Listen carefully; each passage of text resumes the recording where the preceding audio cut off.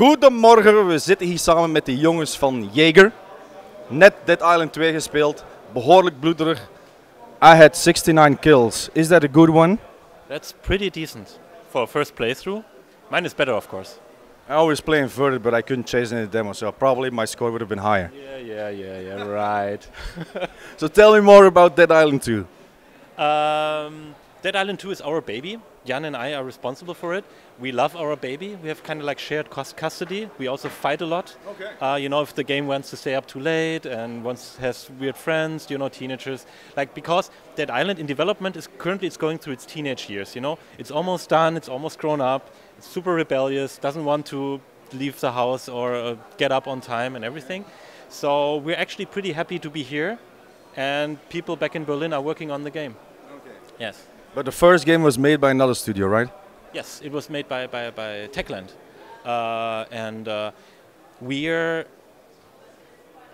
When we started talking about Dead Island to these guys, for me personally, it was a dream come true.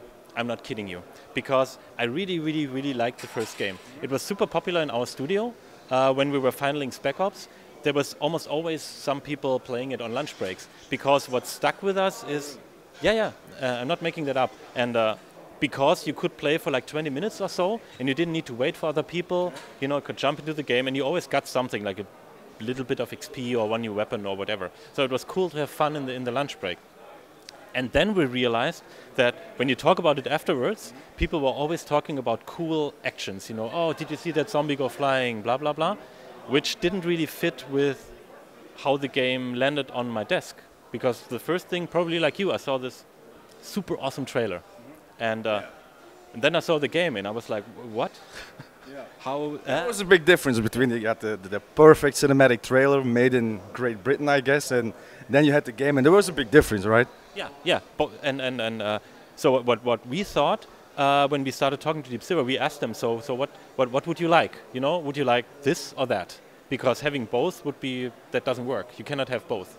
And then we started talking to them, and they said, yeah, that's actually what we hear from our fans too. You know, they say, and then the zombie went flying, and then you jumped in and helped me. So these player stories, you know, these cool moments where you brag to your friends and you say, yeah, and I killed 50 of them, and then you came, and I was almost dead, and you saved me, blah, blah, blah. And this is really, for me, what makes the game.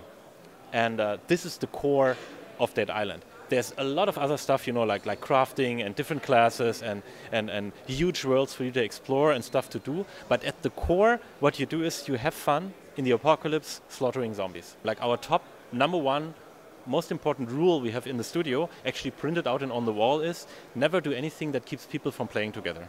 Never, ever. That might be technology, gameplay, narrative, whatever, art. And that helps us to, you know, strip out stuff that we don't want, that keeps people from playing with each other. Like one example is the workbench, which is cool. I really liked that in the first game. You know, you went to this space and you crafted weapons and everything. But then we thought, no, imagine we 3 play together, and then Jan and I say, let's go slaughter zombies, and you say, wait 10 minutes, I go to the next workbench. Oh. So we took that out and allow you to craft anywhere. And this is one of the seemingly small changes that we needed to make to stay true to that rule. Sorry, Jan, I neglected you. Yeah. So, Dead Island, how are you trying to improve the franchise? So, you know, when we were done with the first Dead Island and Riptide, we were looking at the game, you know, and what people really liked, you know. And for us, one thing which was really clear, the most important part was the multiplayer. You know, even when you play today, you still find 3 other people you can play with.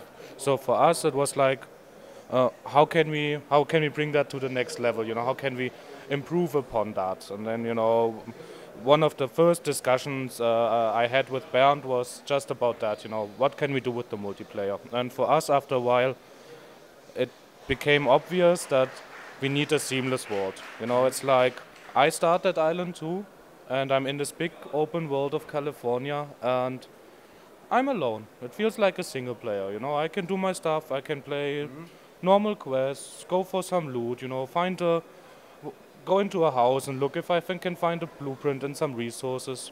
But then, you know, it might happen there's some noise going on, an explosion, far away. And then I'm like, maybe I should check out what's going on there, you know? And then it might happen that you come to this bar, which got built into a little fortress, and you see 7 other players fighting a gigantic horde of zombies, you know? And it's like, you can join that now. You can say, hey, I want to be part of this battle. I want to be part of this awesome event. Or you can just say, oh, you know what? Maybe in 15 minutes I look if there's another event around, but I want to first craft my weapons. You know, that was really important for us to bring this zombie sandbox world where people can choose how they wanna play together. You know, it's the same with competitive play as well. You know, we introduced that now as well into the world of Dead Island 2. And again, you know, we don't want this to be something artificial. You know, like an arena where I have to go and then everyone plays deathmatch or something like that. You know, we wanted it to be as a part of the world. You know, that it feels natural in the world. So we have an event called the helicopter crash. And then, you know, it was a military helicopter, so people know, hey, there's some awesome weapons hiding there. Yeah. So I need to go there to get those weapons. But what we do is, we take the area around the helicopter and turn it into a PvP zone. Okay. So that means, hey, there's awesome loot there, but I have the additional risk that there might be other players. But again, you know, we don't want to force it. You know, you might be lucky. You go there, you have your loot, and then you run away. But, you know, all the other 7 players probably have seen the crash as well. Thanks, guys. Thanks for the hat.